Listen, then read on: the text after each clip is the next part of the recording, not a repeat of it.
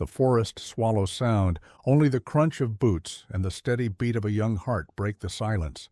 13-year-old Ethan Walker, a determined Boy Scout, adjusts the straps of his pack and checks the compass dangling from his neck. This is his first solo navigation exercise, a rite of passage he's dreamed about for months. Today, he plans to prove he's ready, to himself, to his troop, to his father. The trail is rugged, the air sharp with pine, but Ethan pushes on, following his map deeper into the Montana wilderness. Sunlight flickers through the canopy, warming his freckled face. He's nervous, yes, but also exhilarated. Every snapping twig, every gust of wind feels like a test he's meant to pass. Hours slip by. When Ethan finally stops to rest, he hears it, a high, piercing cry overhead. He looks up, shielding his eyes against the blinding sky. A bald eagle soars in circles above the ridge, its massive wings slicing through the air. Ethan's breath catches. He's read about eagles, seen pictures in scout manuals. But seeing one here, wild and free, feels like something sacred. Drawn by wonder, he leaves the trail, scrambling up a slope dotted with loose rock and stubborn weeds. The climb is brutal, but his determination is stronger. At the top, he pulls himself over the final ledge and freezes. There, cradled in a cliffside crag, is an eagle's nest. Enormous, twigs as thick as his arm, and inside, 2 fuzzy eaglets, chirping hungrily, their heads bobbing in awkward rhythm. Ethan's mouth goes dry. He whispers, "Unbelievable." His voice trembles. It feels like he's stumbled into a secret no human was meant to see, but the moment shatters with a sound he'll never forget. A low growl. The hairs on his arms stand on end. He spins around, eyes widening as a massive grizzly bear lumbers from the trees below. The ground seems to shake with each step. Its nose lifts, sniffing the air. Then its gaze locks on the nest. Hunger flashes in its dark eyes, and it begins to climb. Ethan's pulse pounds in his ears. His training screams at him, "Do not engage, keep distance, retreat." But his feet won't move. The image of those eaglets, helpless, waiting for a mother who may be circling above, anchors him in place. The bear rears up, claws slashing into bark, heaving its enormous body closer to the fragile nest. Ethan's hand fumbles in his pack. He pulls out his scout-issued emergency flare, his last line of defense. His fingers shake as he strikes the cap. Sparks burst. Fire ignites. The red light blazes against the darkening sky. He waves it high, screaming with every ounce of courage in his lungs. The bear stops, turns. Its growl deepens into a roar that rattles the cliff face. Then, just as Ethan's legs finally kick into motion, the beast charges. He dives behind a boulder, chest scraping stone, heart slamming like a drum. The grizzly barrels forward, claws tearing the earth, closing the distance in seconds. And then, above it all, a thunderous scream. The eagle. Her cry cuts the air like lightning. Her wings fold. She dives, straight at the bear. The flare sputters in Ethan Walker's trembling hand, smoke curling into the air. The bear halts mid-charge, eyes narrowing, muscles rippling with raw power. For a heartbeat, it feels like the firelight has given Ethan a chance. But then the grizzly lowers its head and lets out a roar so deep it shakes the ground beneath his boots. The predator is no longer just hungry, it's angry.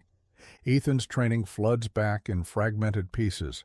Stay calm, don't run, make yourself look big. But he's 13, his knees shake, his throat locks, and his only instinct is to survive. He leaps from behind the boulder and waves the flare harder, screaming at the top of his lungs. The bear swings toward him, abandoning the nest for the easier prey, exactly as he'd hoped and feared. His sneakers skid across loose gravel as he bolts downhill. Every muscle screams at him to move faster, but the forest is a maze of roots and shadows. Behind him, the bear crashes forward, snapping branches like matchsticks. Ethan dives between trees, lungs burning, praying he can outmaneuver something twice his size. The flare burns lower in his fist, bright, but not endless. Then salvation. A narrow crevice between two boulders, barely wide enough for his frame. He shoves himself into it, chest scraping stone, smoke choking his lungs. The bear slams into the rock wall, claws raking, teeth snapping, its rage vibrating through the stone. Ethan presses flat, tears mixing with sweat, praying it can't reach him. For seconds the world is only sound, snarls, pounding paws, the hiss of burning magnesium. Then another sound breaks through, a scream, not his own. The eagle. From above she dives like a lightning bolt. Her wings slice the air with terrifying speed. Her talons slash across the bear's back, ripping fur and drawing blood. The grizzly bellows, twisting upward, swiping at her with claws large enough to kill with one blow. But she doesn't stop. She circles, dives again, strikes harder. Each hit is precise, fueled by fury, not for herself, but for the fragile lives in that nest. Ethan stares from his hiding place, eyes wide, disbelieving. He's seen hawks at a distance, read about eagles in his scout manual, but nothing could prepare him for this. This isn't instinct, this is war. The flare dies in his hand, leaving him in smoke and shadow. The Boy Scout and the eagle now share the same enemy. And in that moment a truth roots itself in Ethan's chest. He didn't save her eaglets. She's saving him. The bear staggers, blood streaking its back, fury shaking its body. It turns once more toward the cliff, toward the nest. But the eagle screams again, wings spread wide, daring it to come closer. The grizzly hesitates, snarls, and finally, with a final roar, it crashes back into the trees, vanishing into the shadows of the forest. Silence.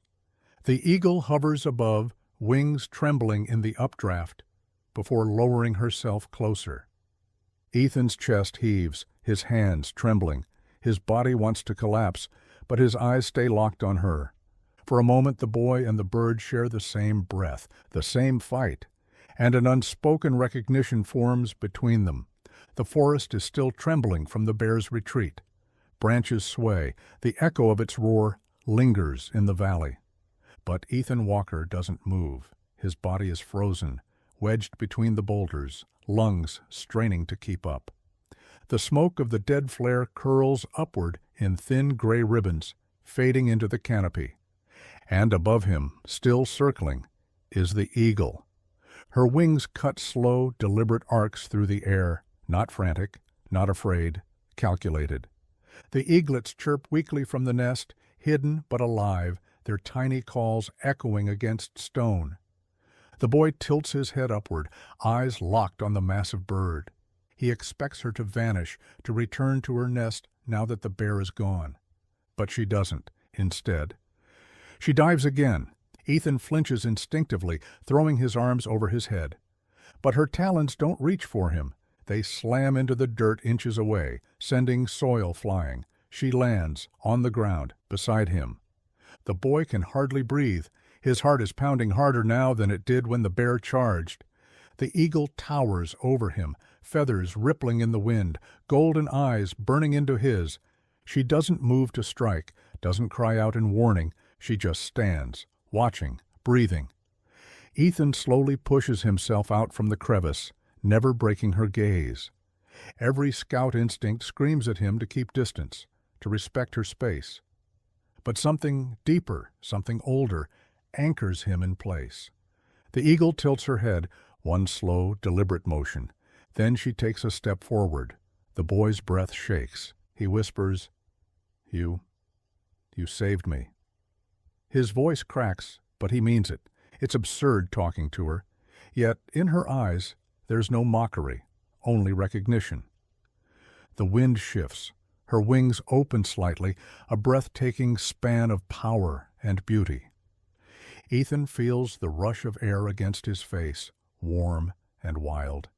And then, something unimaginable happens. She lowers her body just slightly, an unmistakable gesture of presence, not dominance. And from her wing, a single feather detaches, drifting downward in the breeze. It twirls, slow and silent, until it lands at Ethan's feet. The boy stares, not daring to move, not daring to breathe. A feather from an eagle, placed at his feet. Every lesson from scout meetings, every wildlife manual, every campfire story, none of them prepared him for this. This isn't just nature. This isn't just chance. This is trust. His hand trembles as he reaches for it. The feather is long, pristine, tipped with sunlight. He picks it up, clutching it against his chest. When he looks back up, the eagle is already spreading her wings.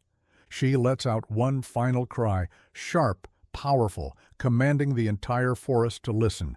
Then she lifts, talons scraping stone, wings thrashing air into a whirlwind. She rises higher, circling once above him, before vanishing toward the nest. Ethan collapses to his knees, the feather pressed to his heart.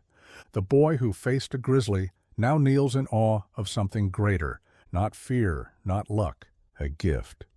The forest exhales. The danger is gone, but Ethan Walker can't move. His fingers clutch the feather as if letting go would make the moment vanish. The breeze whispers through the trees, carrying with it the faint cries of the eaglets high above. And then silence. The eagle hasn't left. She circles once, wings steady, before descending again. Ethan's breath catches as she lands, this time not near the nest, not above him, but in front of him.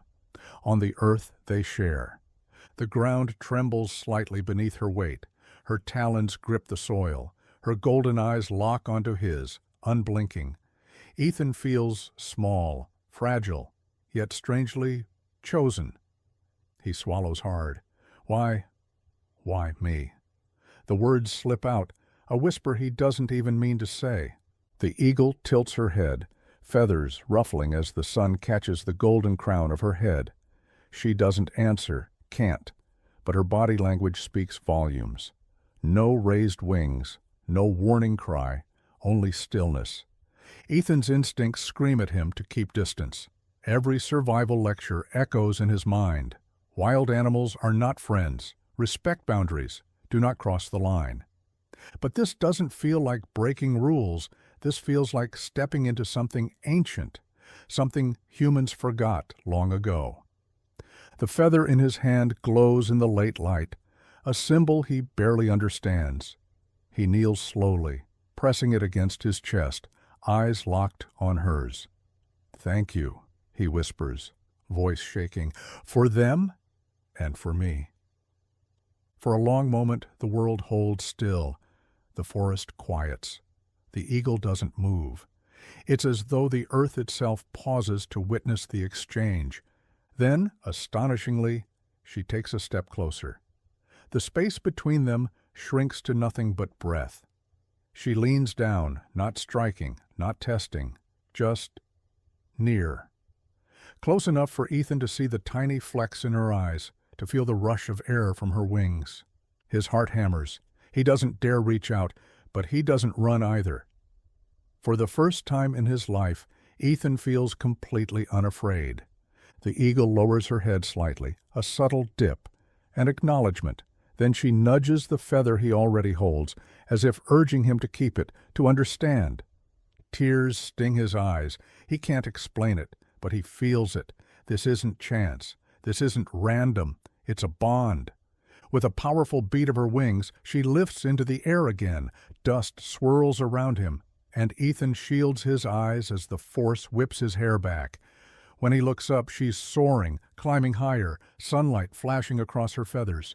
She circles once, twice, a deliberate pattern above him. Then she turns toward the horizon, disappearing into the endless blue. Ethan falls back into the grass, clutching the feather with both hands. His chest rises and falls in shuddering breaths. He tries to form words, something to explain what just happened, but nothing comes. Because how could he explain it? It wasn't science, it wasn't luck. It was something else, something sacred. A connection between a boy and an eagle that no one would ever believe. By the time Ethan Walker stumbles back into camp, his knees are scraped, his clothes are torn, and his eyes look different, like he's seen something far greater than the wilderness itself. The other scouts rush toward him, their chatter filling the air. What happened? Did you get lost? Why are you shaking? But Ethan says nothing at first. His hand grips the eagle feather hidden against his chest. Some things feel too powerful to blurt out around a fire. It isn't until Scoutmaster Reynolds notices the boy's pale face that the truth begins to slip free. Ethan explains in broken pieces the nest, the bear, the flare, the eagle. The others laugh nervously, but when he opens his palm and reveals the feather, the firelight flickers differently. A hush falls over the circle. "Impossible," one scout mutters. But the next morning, rangers confirm the unbelievable. They find claw marks deep in the trees. Bear tracks, massive and fresh, with streaks of blood trailing into the underbrush. On nearby stones, scratches too sharp, too precise to be from anything but talons. The scouts are no longer laughing. They stare at Ethan with wide eyes, their doubt replaced by awe. News spreads fast, first among the troop, then among the parents, and soon across the town. Wildlife officers arrive, documenting the scene. When they see the eagle feather, they exchange wary looks. "That's not just any feather," one whispers. "That's from a bald eagle. It's sacred." Within days, the story leaps beyond Montana. Headlines flare, "Boy Scout saves eagle's nest. What happened next defies nature." Grizzly driven back by eagle in rare encounter. And finally, eagle leaves feather with boy, a gift of trust. Ethan finds himself sitting across from wildlife experts, journalists, even tribal elders invited by the park rangers. One elder studies the feather with reverent hands before looking into Ethan's eyes. "In our tradition," he says quietly, "an eagle feather is not found. It is given, and only to those chosen." The room falls silent. Ethan swallows, his throat tight. He doesn't feel like a hero. He doesn't feel chosen. He just remembers the eagle's eyes steady and unyielding, and the moment she stepped closer when she didn't have to. The elder places the feather back into Ethan's palm. "She trusted you," he says. "Carry it with honor." Weeks later, at a ceremony arranged by the troop and local leaders, Ethan is presented with the feather in a small carved case. The scoutmaster's voice breaks as he addresses the crowd. Bravery is not just about facing danger.